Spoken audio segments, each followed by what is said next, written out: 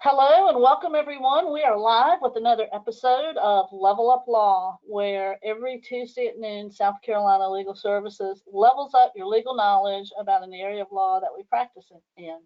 I'm Senior Staff Attorney Susan Ingalls. I'm here with our producer, Kenneth Elliott, in the background. You are viewing Attorney Jessica Ferguson, a former attorney at our office who we miss a lot, but she's now an associate attorney at Turner Paget Law Firm and just doing a fantastic job for them there, I know. Turner Paget has 4 offices here in South Carolina and 2 in Georgia, actually. So we're really excited to have Jessica on the show today. She will be talking about how to file a claim in a probate estate, which is a great topic and one that a lot of us need to know about. So there's a lot of good tips and tricks you'll have for us today about that. But before we get started, we do want you to know this is not legal advice. It's just general information for the public. If you need the help of a lawyer, you can call our intake line here at South Carolina Legal Services or apply online and see if you're eligible for our free services. And obviously Jessica will give you information about her law firm as well at the conclusion of her presentation. The information will be, as I said, provided at the end of the presentation, and so you can just wait for that at the end, and we'll provide that when we upload this presentation to our YouTube channel. Our producer, Kenneth Elliott, usually posts those within about 24 hours. So if you feel like you might have missed something or you need to hear it again, you can always go to SC Legal Services website, YouTube channel, and check that out. Now, Jessica can answer some general questions if there's time throughout the presentation, so definitely put your questions over here in the question box, and I will be keeping an eye on those for her. And again, we will post that recording, and we want you to, if you are inclined, to check out our social media. Certainly like, subscribe, and click that notification bell on YouTube, but we also have content on Instagram, Twitter, and Facebook, so we encourage you to go follow us there as well. So without further ado, I'm going to turn things over to Attorney Jessica Ferguson. Welcome, Jessica. Take it away. Thanks for having me, Susie. I'm excited to be back at Legal Aid, if just for an hour, with you guys. As Susie said, I'm now an associate at Turner Paget. I previously worked at South Carolina Legal Services as your probate lead.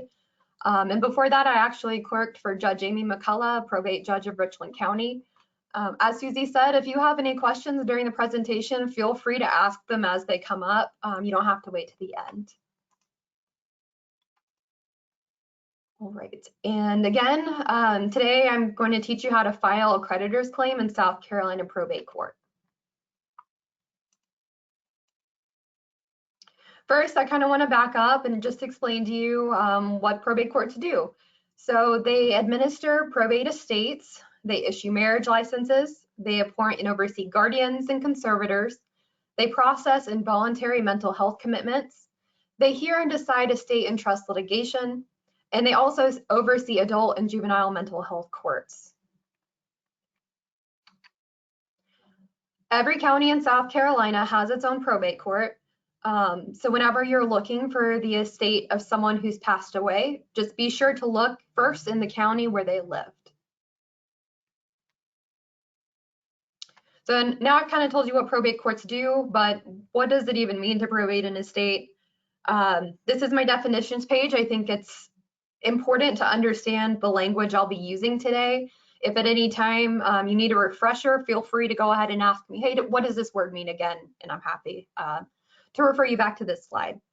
So probate, it's the legal process for transferring someone's property to their heirs or devisees after they've passed away. And this process is called estate administration. An heir is a person who is entitled to inherit from an estate under the statutes of intestacy. Intestacy means the decedent died without a will. So if you don't have a will in South Carolina, your heirs will receive your assets through intestate succession. If you do have a will, instead of heirs, you have devisees. Devisees are who you have given your assets to within your will. Your heirs and your devisees do not have to be the same person, as you can nominate anyone in your will to receive your assets after you pass. And then finally, the word testate just means the decedent died with a will. So testate with a will, intestate without a will. Probate administration is very form-based. You can find all probate court forms on the South Carolina Court's website, and this link I've presented to you. I'll also have that included in the body of the information section under our YouTube posting. Forms can also be picked up from the local probate courts. And although most forms are universal across the state, be sure to check with the probate court you'll be interacting with to make sure they don't have a specific version of this form they'd like for you to use. There are two types of estate administration. You have a small estate and a full estate.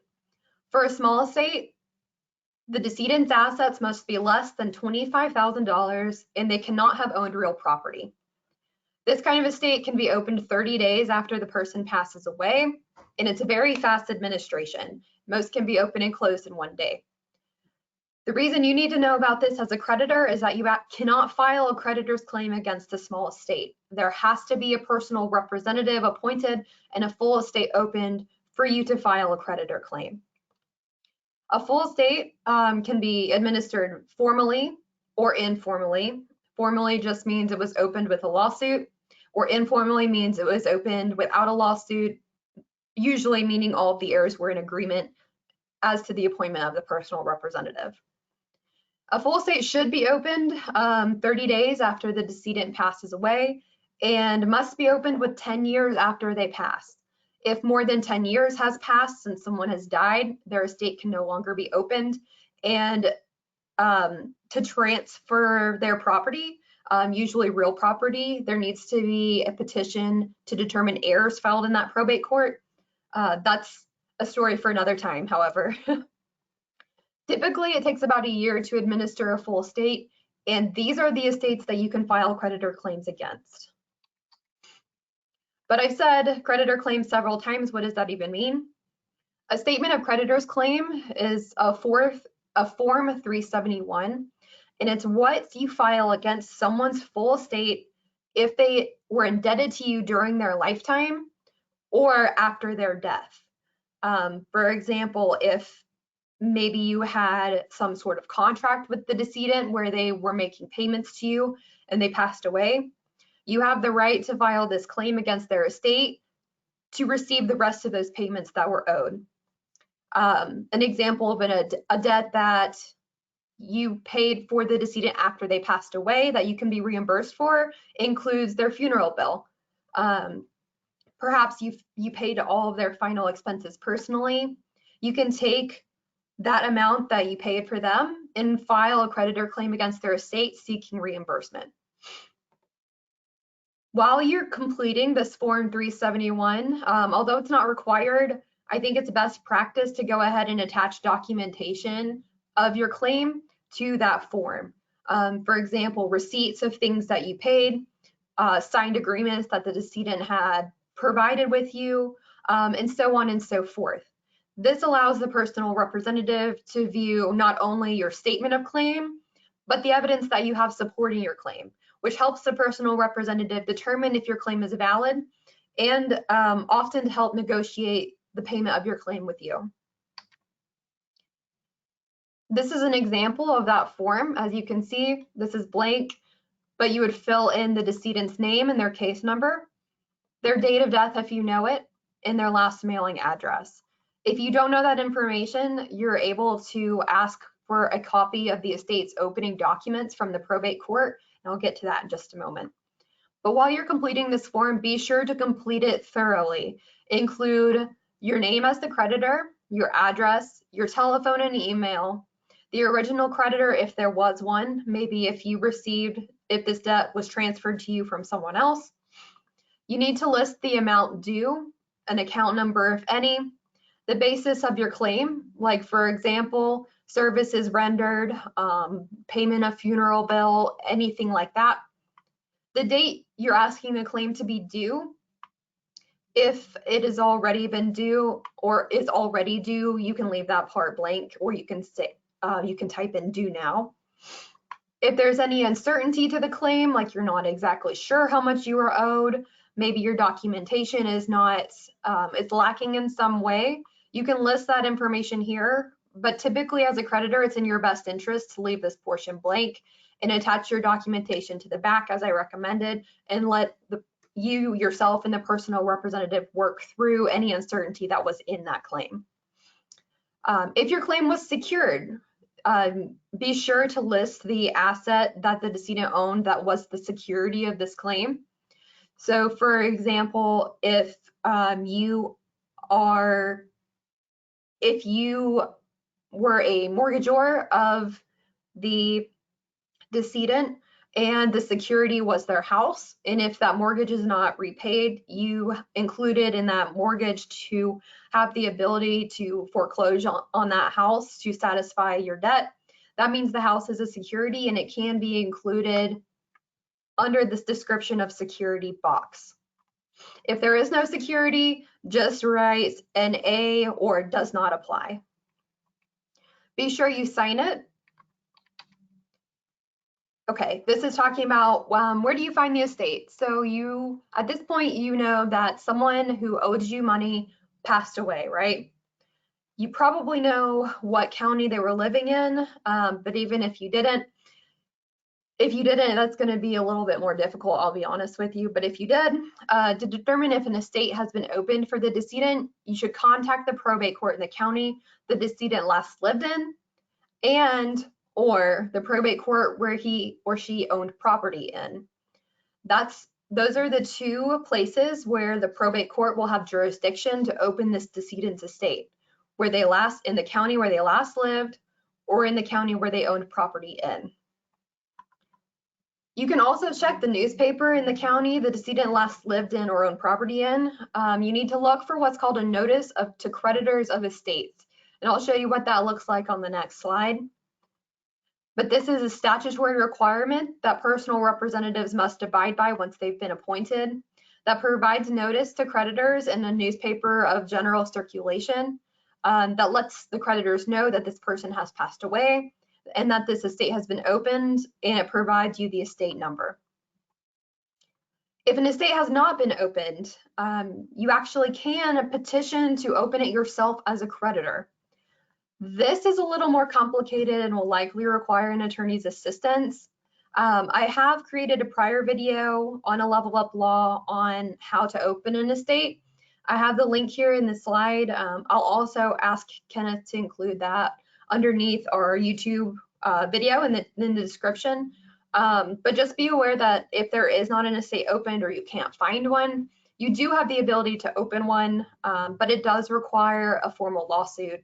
And if you have any questions about that, my contact information will be at the end of this presentation. Feel free to reach out to me and I can help fill you in on that. Okay, so this is the notice to creditors that you should be looking for if you're looking in a newspaper within the county the person passed away or owned property in. So again, immediately after appointment, the personal representative is required to publish this notice to creditors once a week for 3 weeks. This is what it looks like from the probate court side. You'll see it contains all of the decedent's estate's information, the personal representative's information, the attorney assisting the probate of the estate if applicable, and this will be provided in that notice of creditors that's published in the newspaper. So really, this piece of information is very important because it tells you everything you need to know about where to file your claim, that the decedent's estate has been opened, who the personal representative is, and so on and so forth. So you have your claim and you have your documentation attached to the back. Is there anything else you need to file? You do need to serve your claim upon the personal representative. That way they can be aware that this claim exists, right? You can do this by personal delivery, ordinary mail, and certified mail, which is my recommendation. If serving by certified mail, always be sure to request a return receipt, which should be signed by the personal representative. And if there's any question by the court whether or not you did serve this document, you should be able to provide that green return receipt to the court evidencing service, right? You also have to file your claim with the probate court. Typically, what I recommend doing is after you've drafted your claim and you have the documentation attached, make at least 2 copies of it. You can serve the original on the personal representative and then file a copy with the probate court. And also, it's best to keep a copy for yourself, right? In addition to your claim and documentation, you have to file a proof of delivery with the court, which tells the court that you did complete proper service. That's what this form looks like. It's pretty self-explanatory. At the top, you'll complete the estate's information. You'll fill out the date that you served your creditor's claim, excuse me. You'll check the box whether or not you're providing a copy or the original. And then you'll check the box regarding how you delivered it to the personal representative. Of course, with the lines down below, for the name on the left side, you'll include the personal representative's name or their attorney. And on the right side, the personal representative's address or their attorney's address. Complete the signature block at the bottom and make sure you have this notarized before you file with the probate court. After you filed your claim, excuse me, I'm getting a little bit ahead of myself. So what is the time limit to file a claim? If the debt arose before the decedent passed away, you have 8 months from the date of the first publication of that notice to creditors. So remember that notice to creditors is published once a week for 3 weeks. That first time it is published, you have 8 months from that date to file your claim, or the 1-year anniversary of the decedent's death, whichever comes first. If the estate is opened later towards the 1-year anniversary of the decedent's death, you have a shorter time period to be able to file that claim, right? Sometimes you'll see personal representatives purposefully delay opening a full estate until you're past that 1-year anniversary of death mark, and that the statute of limitations still applies. So at that point, if that estate's been opened after that 1 year, you are not able to file a creditor claim.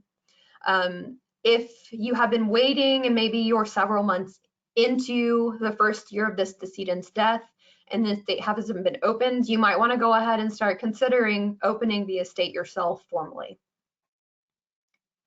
If the debt arose after the decedent's death and is based on a contract with the personal representative, you have within 8 months after performance by the personal representative is due to file the claim.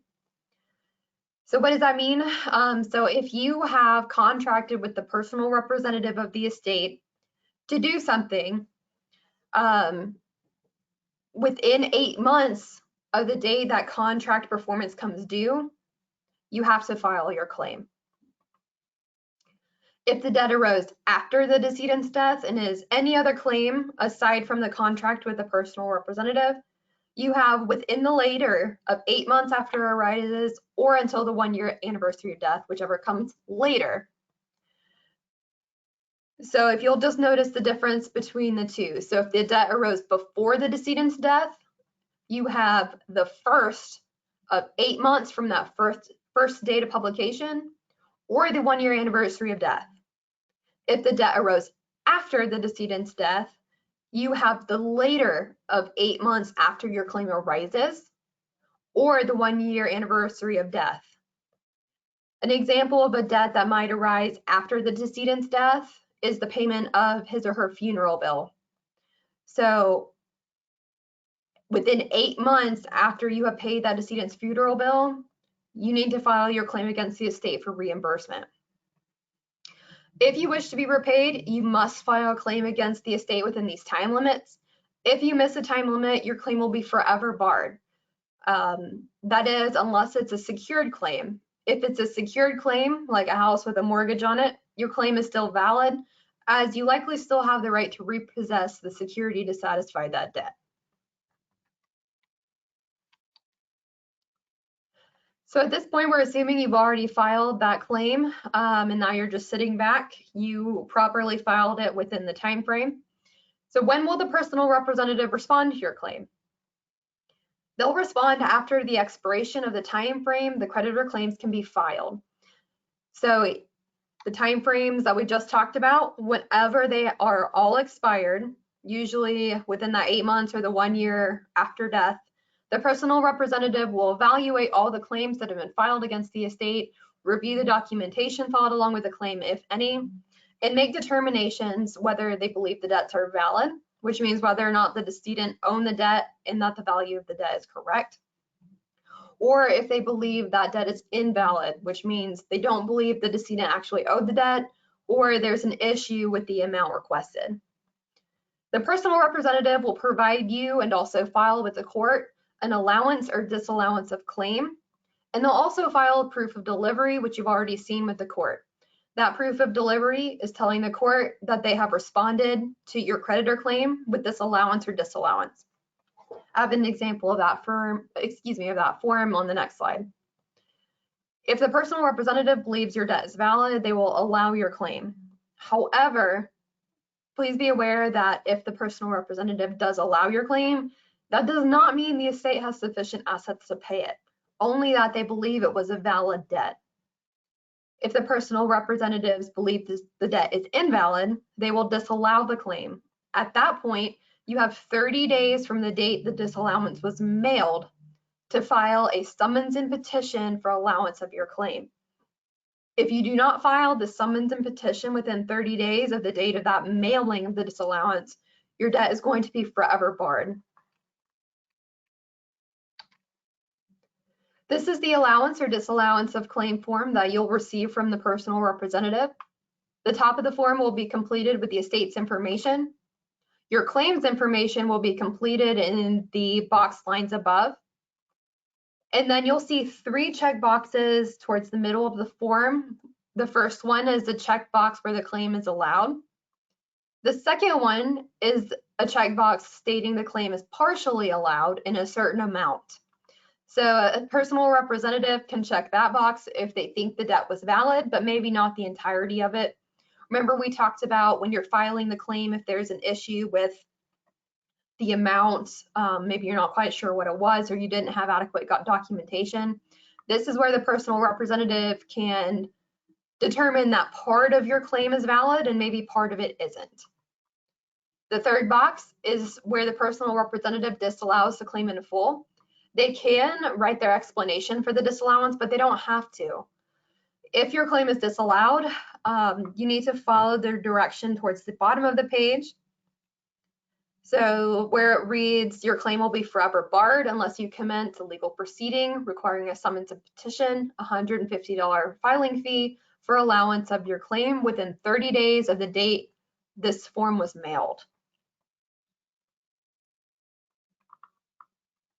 So let's say you received an allowance of claim. The personal representative believes your claim was a valid debt, that the decedent actually owed it, and that the amount was proper. So if the assets of the estate are insufficient to pay all claims in full, assuming this estate in particular in this situation has received several different creditor claims, this is a hierarchy of how claims are paid. This is statutory and the personal representative must follow it. So first, the personal representative has to pay any costs and expenses of administration, which includes attorney's fees and reasonable funeral expenses. If your claim relates to any of these sorts of expenses, you'll be first on the top of the list to be paid, right? After these costs are all paid, the second level are reasonable and necessary medical and hospital expenses of the last illness of the decedent, and any medical assistance paid under Medicaid. So if Medicaid had paid for any of the final illness expenses for the person who passed away, they are able to request reimbursement from the estate, and that's going to be our second layer of priority. Our third layer of priority, if there are any assets remaining in the estate to pay debts, are debts and taxes with preferences under federal law. And then fourth are debts and taxes under other laws of the state in order of their priority. That's going to be part of the South Carolina tax code. And then fifth, all other claims. So if your claim does not fit into categories 1 through 4, your claim is going to have lower priority to be paid, right? And hopefully the estate has sufficient assets to pay all claims against it. If unfortunately, once all the priority claims have been paid and your claim is next in line, and at this point the estate doesn't have any more assets to pay, I hate to tell you, but at that point you're out of luck. In this situation, let's assume that you were served a disallowance of creditor claim. The personal representative, for some reason, maybe they told you, maybe they didn't, believes either partially or completely that your claim is not valid. They either think the decedent didn't own it, didn't owe the debt, or did not, or the amount of the debt is improper, right? So whenever you receive that, you have 30 days from the date of that mailing. I know I've kind of repeated that several times. It's very important because if you miss the date of the mailing, you're not going to be able to file this summons and petition.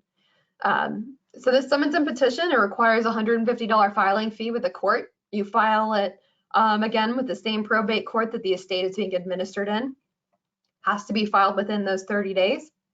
Must be served upon the personal representative. This has to be done by process server or certified mail, return receipt requested, and also restricted delivery. Proof of service must be filed with the probate court again using that form 120 with either an affidavit of service from the process server or a signed certified mail return receipt attached. So the proof of service for the summons and petition is a bit higher than the proof of service required for the initial filing of your creditor claim. At this point, the court will schedule a hearing where you'll have to attend and argue why your claim is valid and why it should be allowed. You should bring all documentation evidencing your claim, even if you'd filed it with the probate court before, but especially if you hadn't. At this point, the judge will make a determination whether or not they believe that the decedent owed this debt, whether or not that balance is true and proper, and then they'll issue an order either allowing or disallowing your claim. Congratulations, your claim was paid. Be sure to file a release or satisfaction of claim form with the probate court. This tells the probate court and the personal representative that your claim has been resolved. Again, complete the estate's information on top, fill in the creditor information, and then check the box that applies to you, whether it was satisfied in full, compromise to your satisfaction. Maybe the personal representative and yourself worked out some kind of agreement. Whether or not you're just withdrawing your claim or it's released, which just means you're releasing the claim from the court, right? And so on and so forth. Be sure to sign it and then have a witness sign it as well. And that witness cannot be the personal representative. Okay, your claim was not paid. So unfortunately, either you missed the deadline, maybe the personal representative mailed that disallowance and you weren't able to file that summons and petition within 30 days. Maybe you were able to file that summons and petition, and after the hearing, the judge decides that your claim wasn't valid. So unfortunately, at this point in time, the other situation, of course, if your debt was valid, but the estate didn't have assets to pay it by the time the priority of your claim came to be. Unfortunately, you've done everything you can do, but at this point, you're unable to recover. Either the court has decided your debt is not true and valid, the personal representative has decided your debt is not true and valid, or you missed a filing deadline, or your claim was true and valid, but the estate didn't have sufficient assets to pay it. I hate to tell you that, but unfortunately at this point, you've done everything you could have done and you are out of luck. Just a quick disclaimer, everything I've gone over is just basic information only. Of course, facts and situations can vary greatly. If you have questions about anything I've gone over, maybe some of the deadlines, maybe the terminology, maybe the process of filing a summons and petition and what that looks like, feel free to reach out to me. This is meant to just give you a broad overview of how to file a creditor claim and get you familiar with some of the terminology and some of the deadlines. Again, some probate courts require additional or different forms. Be sure to check with your probate court on the proper filing requirements. If a formal petition requiring a hearing is filed by you or anyone else during the pendency of the administration of this estate, it's highly recommended you consult with an attorney. That way you don't miss any of these deadlines, or at least to review your summons and petition for your allowance of claim. The court can't advise on matters on which it must decide. So if you are at a probate court seeking legal advice, they will not be able to provide it to you. Does anyone have any questions? Well, Jessica, I don't see any questions in the question box. I mean, and yeah, that was terrific. You might think this is a simple process, but you know, for the layperson, it can be a little overwhelming. But I think this has been a great basic overview of really everything you need to know when filing a claim like this. And as you said, it's always best to have an attorney in any kind of legal process. But if you're not able to have an attorney and you're needing to file a claim, thanks so much. This is just great information for people who might get those forms, or you know, get information from the probate court and their eyes glaze over. They don't know what in the world to do. So yes, this is really great information. So I'm not surprised there's no questions, because it was really very thorough. And I love that you could show our viewers the different forms that are used and go over those. So thank you so much for really a terrific presentation. Very informative. You're very welcome. For anyone who has any questions, maybe later on, you haven't thought of them yet, you see my information here at the bottom. Feel free to email me, give me a call, reach out. Happy to help you. And then, of course, here is Legal Services contact information. Legal Services was and still is near and dear to my heart. It's a fantastic organization. This is all the information you need. Susie will run over it with you. If for some reason you don't qualify for their assistance, feel free to reach out to me, and I'm happy to help you with whatever you might need. Awesome, thanks so much. And yeah, if anybody needs information about applying for our free legal assistance, if you hopefully can qualify, here's the information about how to do that. And then also all of our excellent resources where you can find information, you know, somewhat like what we have done today from Jessica and other things. So I want to thank our audience as well as Jessica for being with us today. And I do want to say to those of you out in viewer land, if you found this presentation helpful, and I'm quite sure that you did, and you know it would be helpful to others, please do go to our YouTube channel tomorrow, and that's listed as SC Legal Services on YouTube, and you can share it with anyone who you think it might be helpful to, and that always is helpful to us, because we want as many people as possible to hear the good information that we provide here on Level Up Law. And again, while you're there sharing it, please do like this particular video, because I think it was a great one, and subscribe to our channel. Click that bell icon so you'll get a notification every time we post a new video. The presentations, you know, from Level Up Law are not the only ones that we post. We put a lot of information up there on our YouTube channel. In fact, just recently we created a separate playlist for all of the episodes on Level Up Law that have been related to our seniors here in South Carolina. We do a lot of work with our elder population, and so we now have all of those episodes on a separate playlist. And I believe the one that Jessica mentioned about how to open an estate is included there. So there's a lot of good information.